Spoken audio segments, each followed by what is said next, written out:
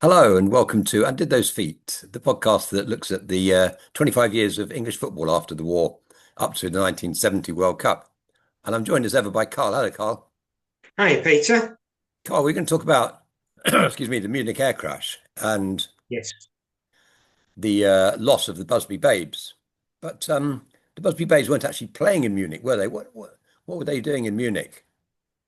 Yeah, well, they just played the second leg of the European Cup quarter final, but that had been actually played in Belgrade.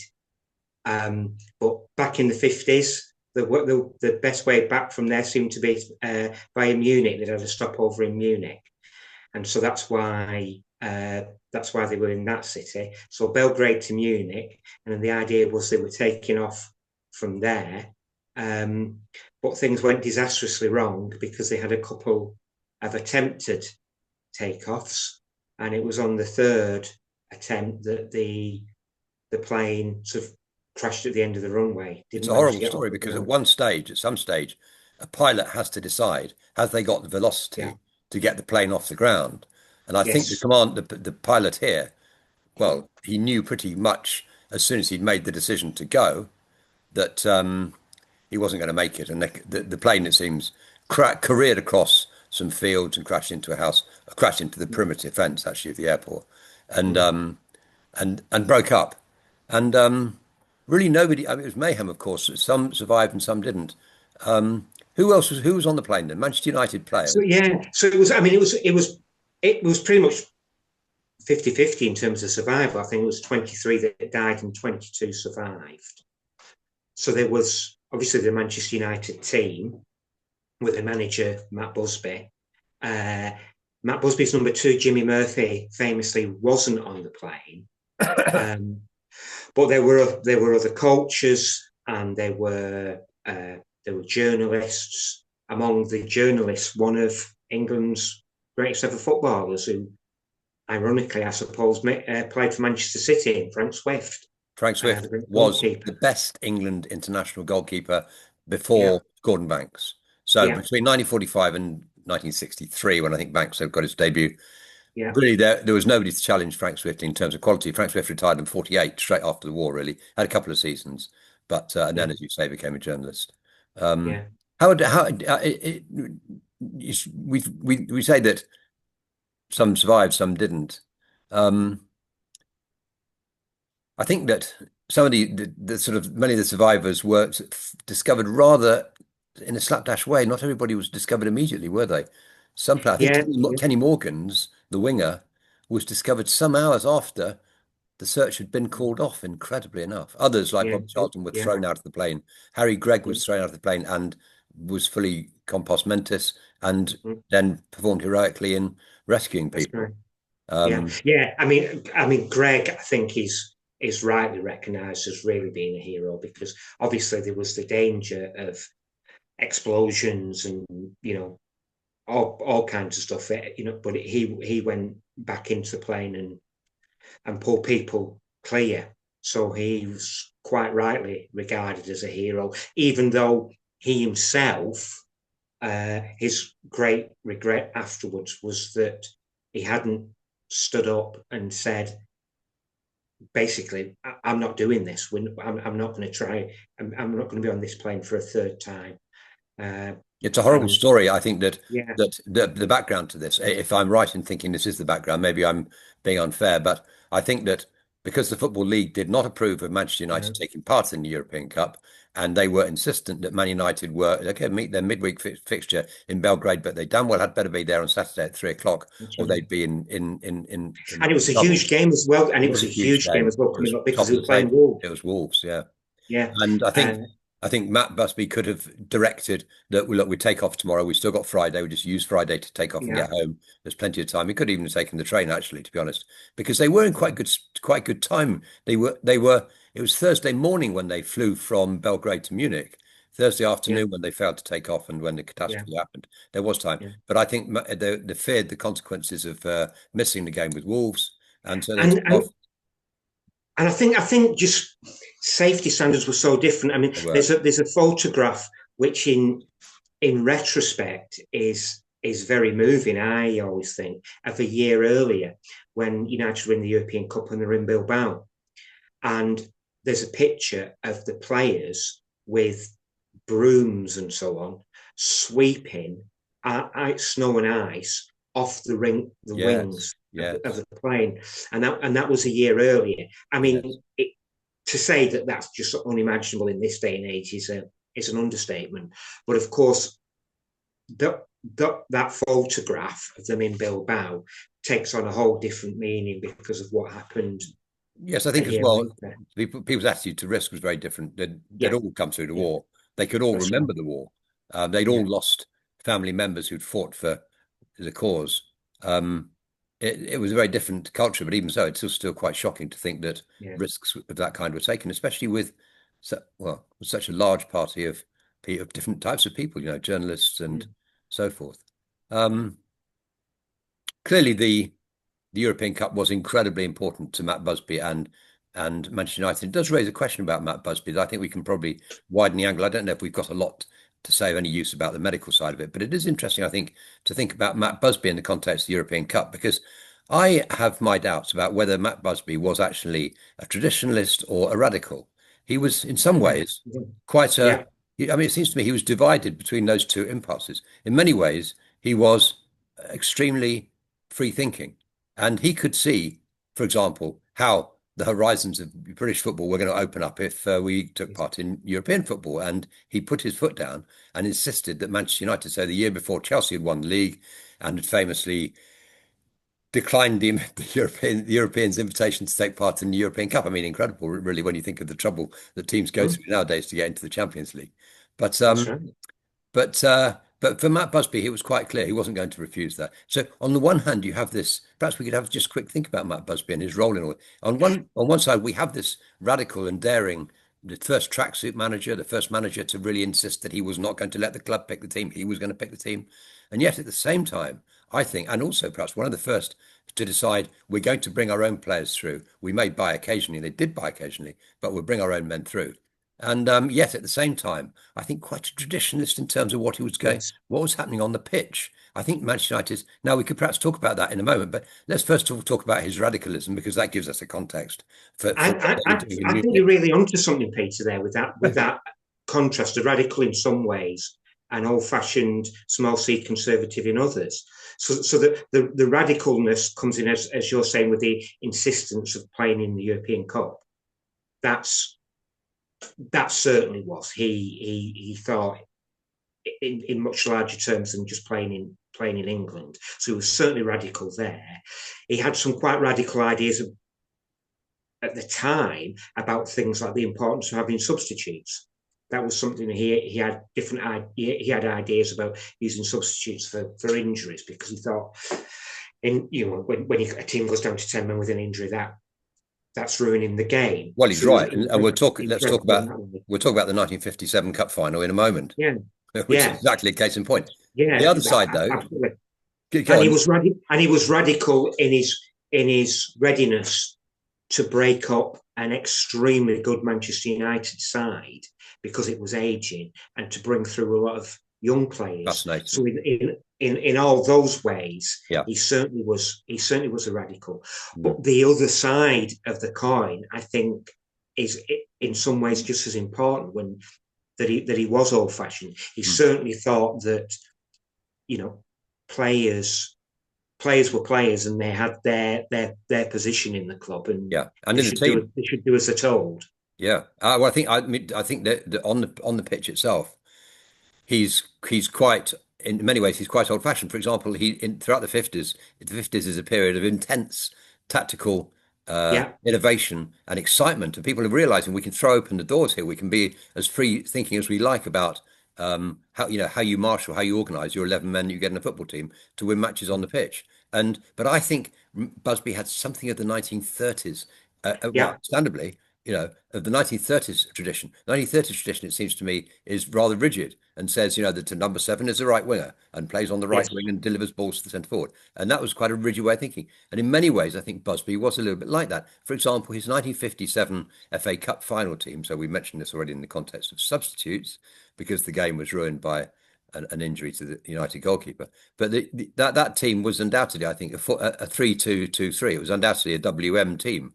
So all the Mm. innovations, the idea of a flat back four, for example, Yeah, that left Busby cold at that time. I mean, obviously things changed because he did become more flexible in the 60s. Bobby Charlton moved from the left wing to deep lying centre forward. But if you go back to 57, the FA Cup final against Aston Villa, he's got three at the back. He's got yeah, two fullbacks and three at the back. And when he loses his centre back, which is Jackie Blanchflower goes in goal. He moves Duncan Edwards back to centre back. So he's keeping that WM structure. He's then yeah. got two screeners, the outstanding Snake Hips Coleman and as I think they bring David Pegg back. And then he's Mm. got two attacking midfielders in Liam Whelan, who's a remarkably underrated. He's a brilliant player. Yes, And Bobby yeah. Charlton attacking through midfield. And then he's got his three forwards, including his big, blustering English centre forward. And Mm. that's a very conventional, I mean, talking Tommy Taylor now, and a very traditional English setup with two wingers servicing a big centre forward. I mean, I remember. I wish I could remember where the context in which I either read or heard this, and it was talking about Busby at the end of his career as a United manager, and there had been some talk of Jock Stein possibly Yeah. as a coming in to manage United, Mm, and Stein had been asked about talking tactics with Matt Busby, and Stein's response was, "I wouldn't want to embarrass the man." right. Yeah. Which seems an extraordinary It thing does. for somebody as successful as Busby. Yeah. The other thing a few years earlier was when Noel Cantwell joined United from Mm, West Ham, mm, and Cantwell thought, well, he's moving up in terms of the standard of the players, mm. and Busby's this great manager, and he was absolutely shocked that to find in terms of tactical thinking, he was going backwards. That at West Ham, the tactical thinking was far in advance than it was at United under Busby. But clearly, Busby, what he did have was great players, and he seemed in that old fashioned way to trust them. And he had a great number two in Murphy, who played at least as big a part as Busby did in developing those Well, players. there's a lot of rich points there. I think, I mean, the question of who did what behind the scenes between Busby and Murphy. I wondered if sort of Busby looks after the broader picture of the club and wishes the players well when he sends them off at 5-3 out to go out and play, because that's what he did do. That was what his team talks consisted of. Go out and Yeah, enjoy yourselves. This was kind of yeah. rather vague. So a little bit like Ted Drake at Chelsea, curiously enough. He would do exactly according to Jimmy Greaves. He would do just the same.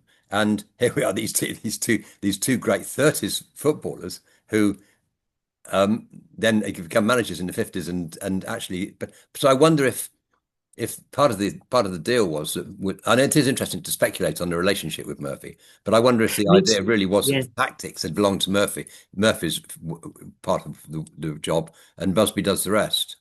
Well, I mean, it's interesting that the two games that were closest in time before the Munich Air Disaster, there was the last game that was played in England, Yeah. where United won 5-4 Mm, away to Arsenal. mm, And it was recognised at the time as being this fantastic mm, match. But United went 3-0 up and were pulled back to 3-0. They mm, went 5-3 up, and Arsenal very, very nearly pulled it back to 5-0. mm. And then in Belgrade, United played Red Star off the park at first and went 3-0 up. And Red Star pulled it back to 3-0, Mm. which wasn't enough to get through on aggregate. But what maybe that's suggestive of is some tactical naivety. Because if you're taking such commanding leads and then very nearly throwing them away, you wonder what's going on. And to do that in Belgrade, having only just got away with nicking a win from a game at Highbury that should have been won comfortably from 3-0. It, of course, we're talking about a different era, and that's part of it. But you do wonder whether, for all the greatness of the players, that there still was maybe some naivety. Yeah, no, it's very odd to Uh, concede 7 goals in 2 away games. I mean, normally if you yeah, do that, you come away with no with nil point. And mm, but mm, obviously United did get the results that they wanted there. But it's very odd. No, I think there's another curious feature of or contradiction in Busby's management of Manchester United in these years is the question of to what extent he remains loyal to his players and to what extent. I mean, on the one hand, there's a sort of Shankly-esque level of loyalty to your players, where they all, they basically, as was said of Shankly in the 70s, was that his great team from the 60s all grew old together, and he didn't have the yeah, heart to replace them. But I don't think Busby was quite like that. Some players did last a long time. Look at Charlton. Look at Law. Law had 10 mm, or 11 years at Man United, having arrived as a yeah, star. But players did. But at the same time, if you compare Busby's team for the 1957 Cup final with his team for the 1958 European Cup quarter final, there are actually half the team has changed yeah, between yeah, 57 and 58. It's actually 9 months or so between April mm, 57 when he loses to Villa and February 58 when he draws with Belgrade. And, in that period, he's changed his goalkeeper. Ray Wood has gone, Harry Gregg's come in. Jackie yes, Blanchflower has gone at centre half, and in comes Mark Jones. yeah, Uh, on the right wing, Johnny Berry has gone, who'd done perfectly well in the cup final, to be replaced by Kenny Morgans. Liam Whelan had disappeared from the midfield. Now I think Liam yes, Whelan was an outstanding yeah, player, but he had been replaced by Dennis Viles, a more attacking option, interesting enough for the away tie. And Albert mm, Scanlon had come in place of David Pegg. So there had been a real wholesale change. Half the team had that's changed, right, even yeah, over 9 months of. And don't forget, the team he was dismantling was the team. It had come within a cigarette paper of winning the double. I mean, they couldn't mm, have done much more in 1950, that sort of 56 to 57 team. And yet here we were in yeah, 57, 58, 9 months later, and half the team is out. In fact, of course, famously, some players like Liam Whelan did go were on the plane and didn't play. And I that's mean, right, in many ways, that's a sort of the tragedy is deeper still, or perhaps the irony of the tragedy is yeah, deeper still. yeah, But yeah. no, it's this curious thing with Busby that he in some ways I think he was quite restless with his team. In other ways, he was And there's quite certain, I drawn mean, to long. there's such depth in the squad, which I think is something you associate with modern football.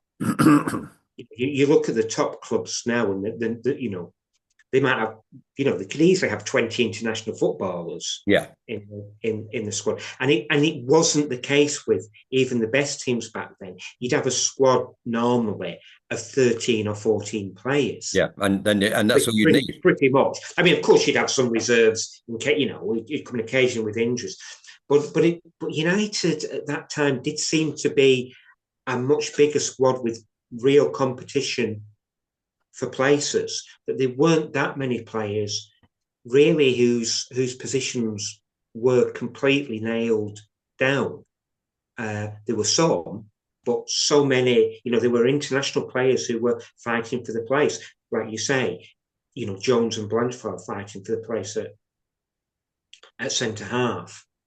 Um, Poor David Pegg, I think, was trying to get away from the club, which again adds an extra layer of irony to what happened to him at Munich. It's probably invidious to pick out one player, but so I won't. I'll pick out several. One player from the 1957 Cup final who really stands out is Bobby Charlton. I mean, I don't know what he is, 19. He is quite clearly from a different planet. I mean, I know that's a ridiculous exaggeration, but and I'm going to include Duncan Edwards among the rest. To my mind, watching that game, Charlton infuses into the picture styles of play and just an ease of gliding past opponents, Yeah, which suggests as if he's playing against teenagers. I think it's an extraordinary performance. And the other player who really stood out for me from the 1957 game was Liam Whelan, who seemed to have what all great players have, and that is he had the ability to make it look easy. Everybody else was chasing madly after the ball. Whelan had a kind of calm and a composure, which were incredibly impressive. And it's odd to find that he is dropped or is omitted for the Belgrade game. And but yeah, one he was person I very much wanted to the ask a bit more preparation. about from that period is Coleman, because Coleman was Yeah. also outstanding in the 57 Cup final. I mean, Yes. I'm mentioning the 57 Cup final a lot because it's I think it's the only. I mean, you put me right.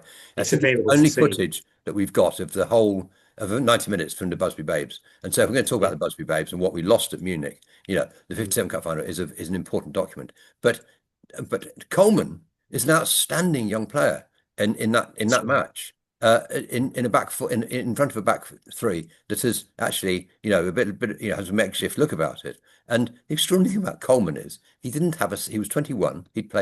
He'd won two championship medals. He was a regular in the best team in England, maybe in Europe, and yet he didn't have a single England appearance. Not at under 21, not at youth level. He wasn't in the England squad. He wasn't being nailed down for 58 World Cup finals. It's very odd, really, that such an outstanding player should have really made so so small. I mean, I think he could well have been one of the absolute greats of the 60s, but he doesn't. yeah, I think so. I mean, to think there was only 21 then, you know, the 1966 final was only 8 years further Yes, down the line. yes, I don't think it's at all fanciful to think that Coleman could have been a key player yes. in that side. Well, interesting. Not Nobby Stiles may not have got a look in. Actually, he may not have Yeah, got a club game. He may have had to leave the club, as Johnny Giles yeah, did. yes, Let's talk about the yeah, 60s a bit more absolutely. and what Manchester United became as time's moving on. Mm. Um, were they did they fulfill their destiny in 68? Were they a slightly lesser team than the 58 version? It's a really tough one, that isn't it? I mean, in some ways, I think it's always worth bearing in mind when you talk about the European Cup. It is a knockout competition, and it's not always the best side that wins it. And I think even by 1968, that United side was not quite what it had been 2 or 3 years earlier. Arguably, they should have won the European Cup in 1966. That Mm, was a side where they had a famous 5-1 mm. win away to Benfica when Best was absolutely phenomenal and was dubbed the fifth Beatle. Worth pointing out that And Benfica were absolutely creme de la creme at that time. yes, yeah, absolutely. One of the And unbeatable sides of Europe. yeah, and United destroyed Benfica in Mm. Lisbon. Uh, but instead of getting to the final that year, um, United lost the semi-final to Partizan Belgrade, which was really quite shocking. They quite how they lost that, who knows? But there you go. It's a knockout competition. So arguably in 1968, they weren't quite the side that they'd been even earlier in the 60s. And the impression that I get, I mean, I grew up in, not far out of Manchester, being a mad keen Manchester United supporter and talking to people older than me who remembered those sides and those that could remember both the team, both the Busby Babes and the European Cup winning side. I think that much as they loved the side of Charlton, Law and Best, I think they virtually all thought that the team of the 50s was definitely the stronger team. It's interesting. I mean, I think it must be an issue, sort of unexplored potential and Yeah, a kind of romantic nostalgia for. I think there is part. I think there's got to be an element of that. But I think there was more strength in depth in that team Yeah, in the late 50s, which is why you got so much chopping and changing. And it, it's impossible to talk about that side without particularly talking about Duncan Edwards indeed. as being somebody who was so dominant that Charles. I take what you say about how impressive Charlton was, but Bobby Charlton himself said that Duncan Edwards was the only person who Yeah. made him feel